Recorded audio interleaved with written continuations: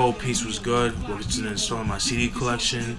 I know it's been a while. I apologize. You know, the reason why I haven't done any of these CD collections is because, you know, I've been broke as far as, like, you know, buying CDs. Like, I had money, but, you know, I had to take care of, like, you know, bills and, you know, responsibilities and expenses and stuff like that.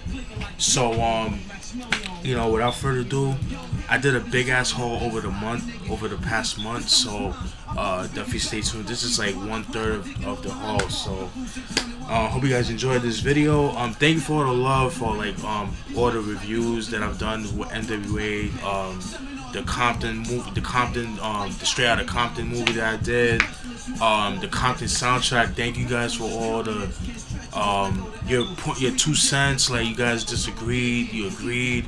You know, I respect all that. I'm all for that. You know what I mean? But without further ado, let's start with the first album of the video. Is Rage Against the Machine's third album, Battle of Los Angeles, released in 1999. Yeah, 1999. You know, Rage Against the Machine, a very influential rock band. You know, especially like in the new metal era, like rap metal and stuff like that. You know, they're known for songs like Empire of the Sun, you know, Boomerang, you know, joints like that.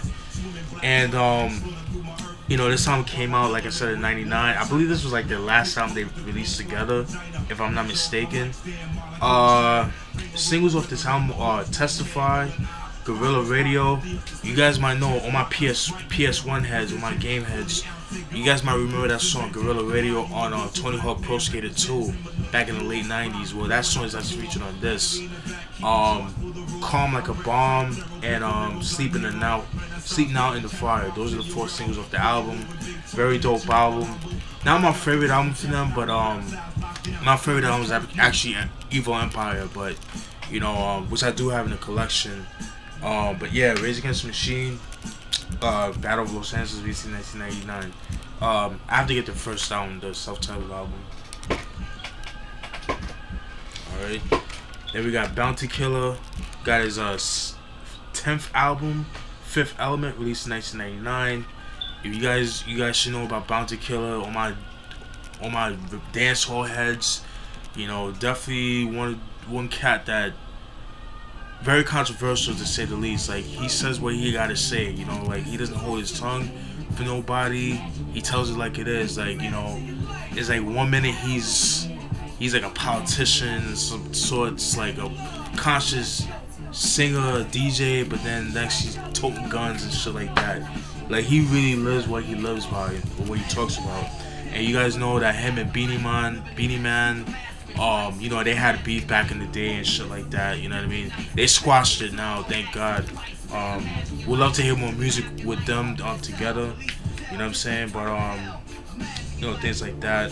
But yeah, this is his 10th album. You know, very dope album. Like I said, I love dancehall from the 90s and early 2000s. To me, around, in my opinion, around like 2002, 2003 is when, you know, dancehall kind of fell off, in my opinion. I might have to do a video on that, like on dancehall and reggae, and my thoughts on it and stuff like that. But yeah, Bounty Killer, Fifth Element, it's his 10th album, released in 1999. Alright. Then we got my dude Tricky with DJ Muggs and Grease. Grease as in Dan Grease. You know, the producer for DMX's in-house producer, and as well for Rough Riders. This was released back in 1999 as well. Yeah, you know, I believe the single off this album is For Real. But for those who don't know who Tricky is, he's a rapper / singer. He was, excuse me, he was actually part of the group Massive Attack when they came out with their first album, Blue Lines, which I do have. Very dope album. I believe he left the group right after that album, if I'm not mistaken, or the second album. But yeah, he was part of Massive Lines at one point. No, excuse me, Massive Attack, and then he left the group to pursue a solo career. His name is very prominent in the trip hop genre. So you guys into trip hop, you should definitely know about Tricky. Very dope. Tricky's known for his really dark lyrics, dark production that he sings over and stuff like that. Yeah, very dope right here. Tricky, very dope, very deep shit. Very different from Dame Grease and DJ Muggs. You know, just going out of their comfort zone within the music that they're known for. Because if you guys know about DJ Muggs, you know he's known for like, you know, Cypress Hill and, you know, stuff like that. Among other stuff like Soul Assassins, you know, Psycho Realm, you know, people like that, you know, collabing with them and stuff like that. Funk Dubious, you know, shit like that. But yeah, Tricky with DJ Muggs and Grease, Juxtapose, released 1999. Pick it up. I believe this is actually out of print too. I believe the first 3 albums are out of print as well. DJ Krush Meiso or Meiso or Meiso. I don't know how you pronounce it, but this was released in 1995. I believe this is his 3rd album. Yeah, this is his 3rd album. You guys should know DJ Krush. For all my trip hop fans, yeah, he's another dude that I feel like doesn't get a lot of recognition in the trip hop game. Yes, but I feel like he's a dope producer as well. I feel like I wish like you know, hip hop producers would collaborate with him because his sound is like so atmospheric. It was like way ahead of his time. You know what I mean? You know, this album is known for singles of Only the Strong Survive, which features CL Smooth or P Rocky CL Smooth, Meiso, I believe. Yeah, Meiso, the self-titled track is actually a single. There's actually a remix to that song Meiso with Meiso with Black Dot. He does this thing on this song right here. You know what I mean? The Beat Miners remix is dope too for this drum right here too. Overall, very dope album. You know, very dark, very trippy. You know what I mean? It's like kind of album that you'll play like when like, you know, you just like go, I don't know, you drive like middle of the night somewhere. I don't know where you're gonna go, but you know, you're going on a road trip, and then this would be like the perfect album to play at night and stuff like this. It's definitely like a nighttime album. But yeah, this is DJ Krush Meiso, released in 1995. If you can find it, definitely pick it up. Excuse me. Then we got Case, the R&B singer Case from New York. This is his debut album. This was released in 1996. I have his other albums, Personal Conversation, which was his 2nd album, very dope album, and the Open Letter album with the song Missing You. Alright.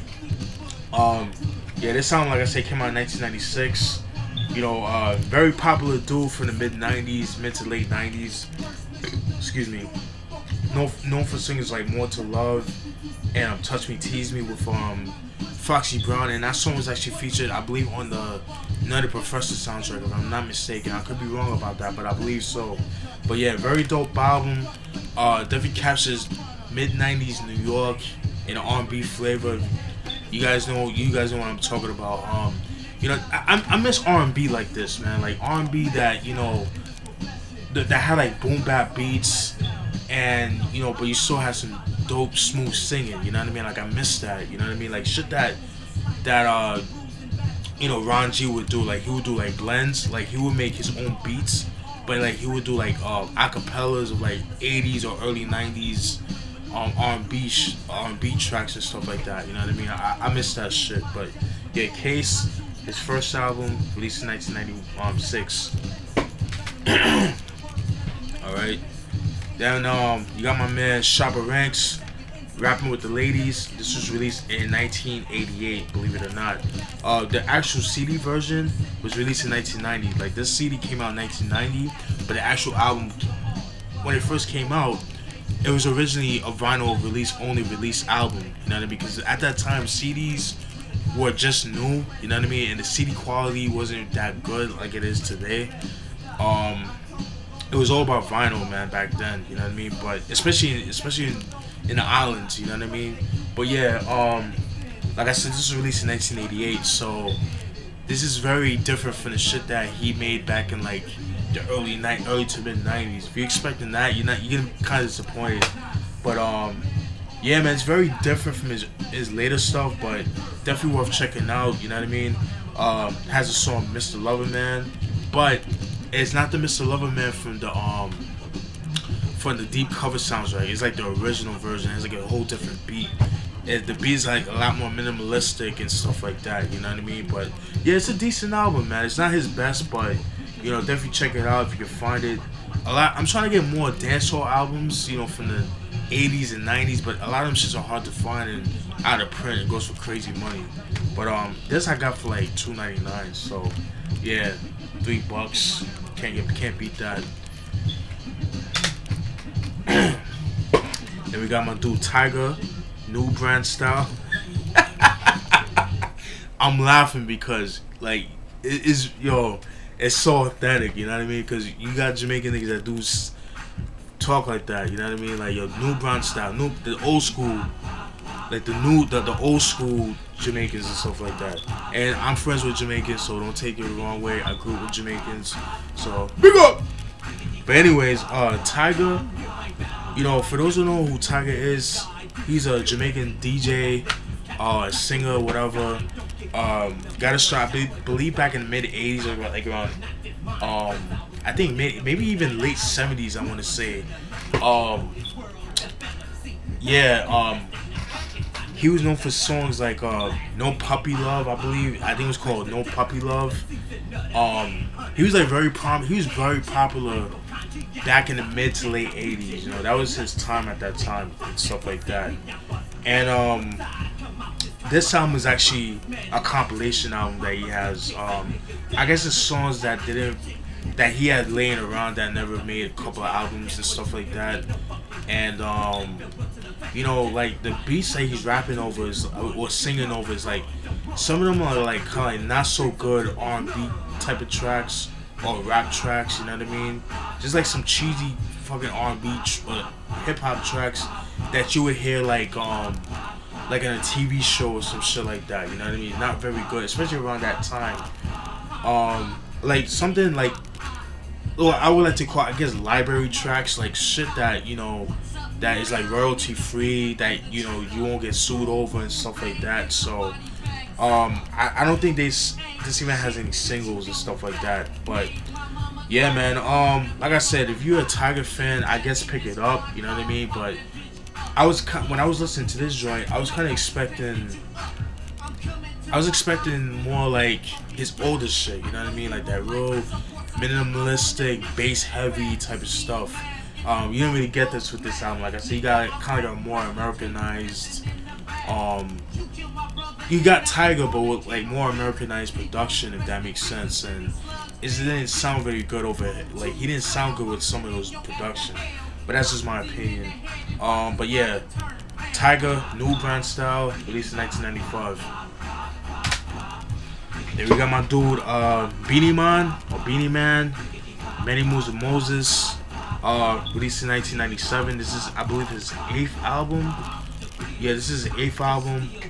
I believe this album was nominated for a Grammy around that same time. But the singles off this album are Who Am I? Who Got the Beat? No, I'm sorry.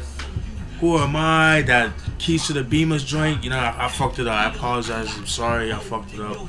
But yeah, that's where that song came from. I remember when that song came out, like in '97, like late '96, early '97. Yo, niggas was going crazy with that song. Like, you could not walk around like, especially like in, maybe not in New York, cause I wasn't living in the States in '97. I was actually living in Costa Rica and stuff like that. And the part of Costa Rica that I was living in at, it was like kind of like a Caribbean vibe to it, like a West Indian vibe to it. So reggae was very popular over there, especially to this day. And I remember when that song came out, yo, all like the strictly best compilation that came out around that time. Oh my god, like son, you cannot walk around the streets without hearing that track. Songs like Oysters and Conch, which was another single too. Yeah, man, yeah, fucking dope shit right here. Classic album right here. Definitely one of his best albums right here. Beenie Man, Many Moves of Moses, released in 1997. I have his other album, Maestro. This nigga got shitload of albums, like since dating back to the early 80s, man. I mean, it's so hard to keep up with Beenie Man's early stuff. I'm trying to get more of his early stuff, but they're hard to come by. It's out of print. So I believe this is out of print as well. Right. Then we got Tupac, Strictly for My Niggaz, his second album, released in 1993. I used to have this album years ago, but I used to have this album years ago. I lent it out to one of my friends in New York, like an acquaintance. I've mentioned that before, and I never got it back, so I was like, what the fuck, you know what I mean? But yeah, man, finally got my hands on this joint right here. I got it at FYE for like $8.99, which I think is a little bit much, but you know, usually you're not gonna get a Tupac album used for cheap, so you expect to pay at least like $7-8 and up in that area. But finally got my hands on this album. Like I said, I had it years ago, but never got it back. So glad. So when I heard this album, I kind of brought myself back. I was like, oh wow, I remember how good this album is. You know what I mean? Definitely expect some Tupac reviews in the near future. But excuse me, known for singles like Holla If You Hear Me, Keep Your Head Up, I Get Around, and Papa Song. Papa Song, very underrated song right there. Yeah, man, this is around the time like when he dropped, you know, Poetic Justice and stuff like that, and he had that scandal with the Hughes brothers when he I guess he got fired, you know, during the set of Menace to Society and stuff like that. So, or he didn't get choose, whatever. I forgot how that whole situation got went about. But yeah, Sugar for My Niggaz by Tupac, released in 1993. I believe this album was hard to find. I've noticed too, and it's out of print, I believe too, because I've noticed this album like very hard to come by. Like his early, like at least I know his first two albums at least are hard to come by, at least for me, because I can never find it. But yeah, finally got this joint. Glad to own it. Thank you, God. Sugar for My Niggaz by Tupac. Then we got Method Man, second album, Tical, 2000, Judgement Day, released in 1998. Again, another album that I have. I do have the album, but I didn't have the case. I lost the case when I moved down here from New York back in the day. So I was like, you know what, let me go cop this shit right here. So I ended up getting it again. Like I said, known for singles like Judgment Day and Breakups to Makers featuring D'Angelo. You know what I mean? Definitely gotta do a review on his solo album, so definitely stay tuned for that. Method Man, Tical, 2000, Judgment Day. Alright, then we got Groove Theory, their first and only album that they ever released. This was released in 1995. As you can see, a very young Amel Lariou. I'm pretty sure I think that's how you pronounce her last name. If you know that name, you guys should be familiar with that name, especially those that are into like neo soul and stuff like that. This is you know, when she first started back in 1995. Beautiful woman. Known for singles like Tell Me. That's a classic New York song right there. You know what I mean? When you hear that song, it brings you back to 95. Keep Trying and Baby Love, which were the three singles of this album. Very dope album. Definitely captures New York in the mid-90s, you know what I mean? Very, very, very dope right here. Yeah, Groove Theory, released in 1995. Then we got Mobb Deep's fifth album, Infamy, released in 2001. If you guys seen my introduction to Mobb Deep, definitely check that out. I definitely talk about this album right here. Again, I have to do some reviews on their albums. Definitely stay tuned for those. Don't know when, but eventually I will. I did do a review on their latest album, the infamous Mobb Deep. Definitely check that out when you guys get a chance. Known for singles like Pray For Me, Get Away, Burn, and Hey Love. Yeah, yeah. Again, another album that I have, but I lost the case moving down here in New York, moving down here from New York back in '02. So I was like, let me go cop it again. So I picked it up. All right, Mobb Deep Infamy, released in 2001. Then we got Mobb Deep's debut album, Juvenile Hell, released in 1993. Again, another album that I have in my collection, but I lost the case, so I had to cop this shit right here. Known for singles like Peer Pressure, Hit It From The Back, and I believe that was it. Those are the singles of the album. Very young Mobb Deep. You know, this is when they recorded this album. This was like around like 92, 93. So you know, they were like around 17 going on to 18 when they recorded this album. So you're gonna hear a very young Mobb Deep, and then the sound is not the traditional Mobb Deep sound that, you know, we all known for, but just expect a review, you know, sometime. I don't know when, but I will eventually. But this is Juvenile Hell by Mobb Deep, released in 1993. And last but not least, Dr. Octagonecologyst. Another album that I do have the case of. No, I actually have the case somewhere, but you know, I just gotta find it. And but this is like an extra copy. But I was like, you know what, let me go cop it. You know what I mean? Because it's such a good album right here. This is Kool Keith's debut album, his solo debut album, but he was under a different name. Dr. Octagon, it was like his alias and stuff like that. Sex Styles, which I do need to get my hands on, and as well as his other albums like Dr. Doom, the Matthew album, the Black Elvis, and all that stuff. Definitely need to get my hands on those. But this is alias, one of his aliases and stuff like that. Singles off this album is Earth People, I believe, 3000, and Blue Flowers. I believe Earth People has a video for Earth People, and what's the other song? Blue Flowers. There's videos for that too. I know for Blue Flowers there's a video for that, but yeah, Dr. Octagonecologyst, released in 1996. And that's it, folks. Hope you guys enjoyed that video CD collection.